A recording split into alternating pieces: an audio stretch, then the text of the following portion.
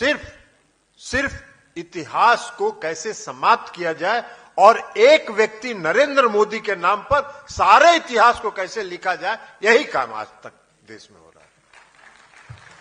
यह लोकतंत्र के लिए बहुत खतरनाक है, क्योंकि आज जो परिस्थिति है वो आपातकाल से एक कदम आगे अधिनायकवाद की तरफ देश बढ़ रहा है। एक व्यक्ति के पर सारा देश केंद्रित किया जा रहा है, हर काम उसके नाम से हो रहा है। कोई भी चीज देख लीजिए, कहीं भी देख लीजिए,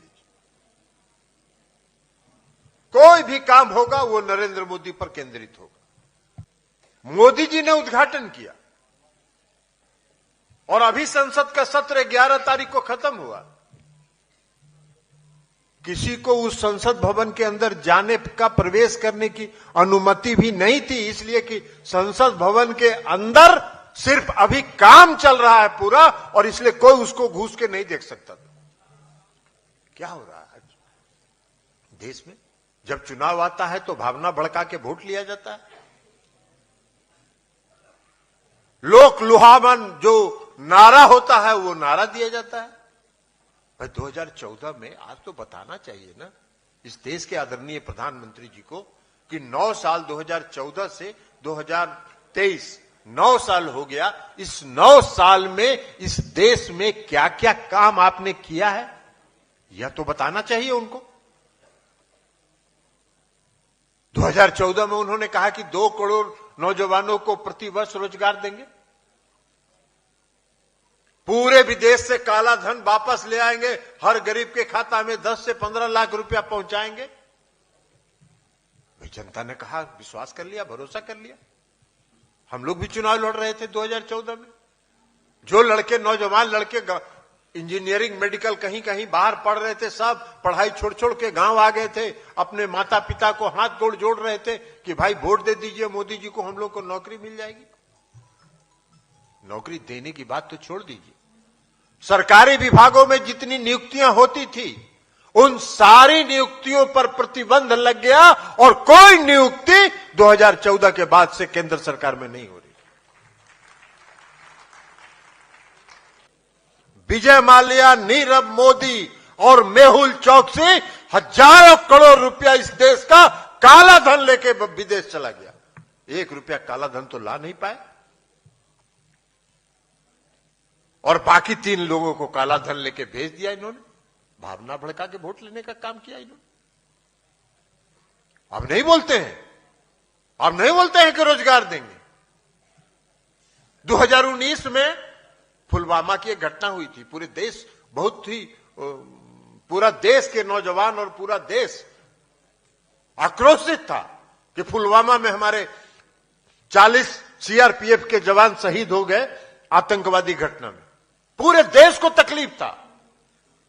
हर घर में, हर गांव में, हर गली में कैंडल मार्च और मोमबत्ती लेके प्रदर्शन किया जा रहा था उन शहीदों के याद में। और इनके बनाए हुए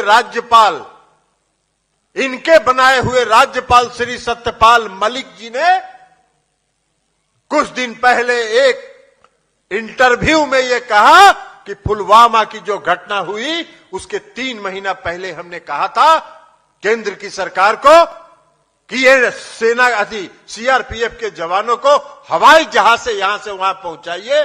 3 महीने तक सरकार ने कोई उत्तर नहीं दिया और अंत में कहा कि गाड़ी से इन लोगों को पहुंचाइए।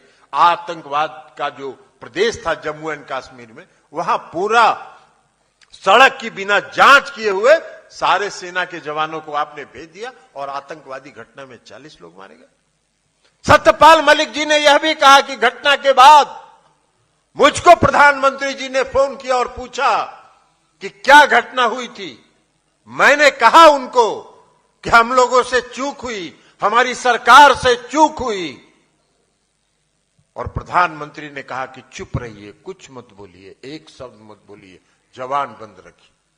लेकिन उसका आधिपत्य है, वो कोई नहीं छापता है। कहीं देखते हैं एक को लाइन, कहीं अखबार में पढ़ते हैं, नहीं पढ़ते। एक बीबीसी है, बीबीसी ने डॉक्यूमेंट्री बनाया अभी एक, और एक डॉक्यूमेंट्री बनाया और इनका पूरा चेहरा उजागर कर दिया कि इनका क्या चेहरा है। और जब वो चेहरा इनका उजागर किया तो उस पर इन्होंने हिंदुस्तान में उसके प्रसारण पर ऑफिशियली बैन करने का काम किया, उस पर रोक लगाने का काम किया। अरे 56 इंच सीने वाले को एक बीबीसी का डॉक्यूमेंट्री से क्यों डर लगता है भैया? आपका तो 56 इंच का सीना है तो बीबीसी को बनाने दो।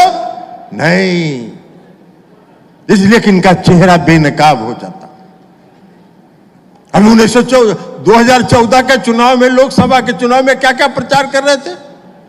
कह रहे थे कि अति पिछड़ा का बेटा देश का प्रधानमंत्री बनने वाला है। अरे भाई, कहां का अति पिछड़ा? कहां गुजरात में कोई पिछड़ा, अति पिछड़ा है क्या? अरे बिहार एकमात्र राज्य है इस पूरे देश में जहां मुख्यमंत्री नीतीश कुमार जी ने अति पिछड़ा वर्ग की समाज की मान्यता दी है और उसकी पहचान दी है कि माननीय मुख्यमंत्री हम सबों के नेता, हम सबों को इस बात का गर्व है कि हम लोग कर्पूरी ठाकुर जी के सपनों को लेकर चल रहे हैं राजनीति में। और जब कर्पूरी ठाकुर जी के सपनों को हम राजनीति में लेकर चल रहे हैं तो उसको पूरा करने का काम हमारे माननीय नेता, आदरणीय नेता नीतीश कुमार जी उसको पूरा करने का काम कर रहे हैं। और हम सबों को नीतीश कुमार जी के हाथ को मजबूत करना है। और 2000 बहुत लोग हैं नीतीश कुमार जी के, हम समझते हैं कि दोस्त कम होंगे, लेकिन इनसे जलने वाले लोग बहुत हैं, इनसे जलन रखने वाले लोग बहुत हैं। तो इसलिए हम लोग को सतर्क भी रहना है और हम लोग सबको सतर्क रहना है और एकदम एक्टिव रहना है सोशल मीडिया पर, क्योंकि ये धार्मिक उन्माद फैलाने का प्रयास करते रहते हैं, बीच बीच में समाज में गड़बड़ी पैदा करने का काम करते हैं।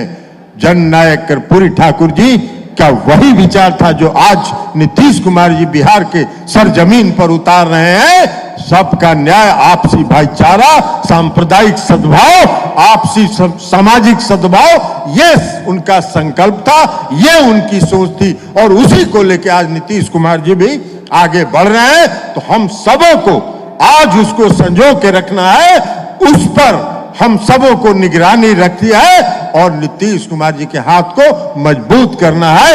मुख्यमंत्री नीतीश कुमार जी की दृढ़ इच्छा शक्ति, दृढ़ संकल्प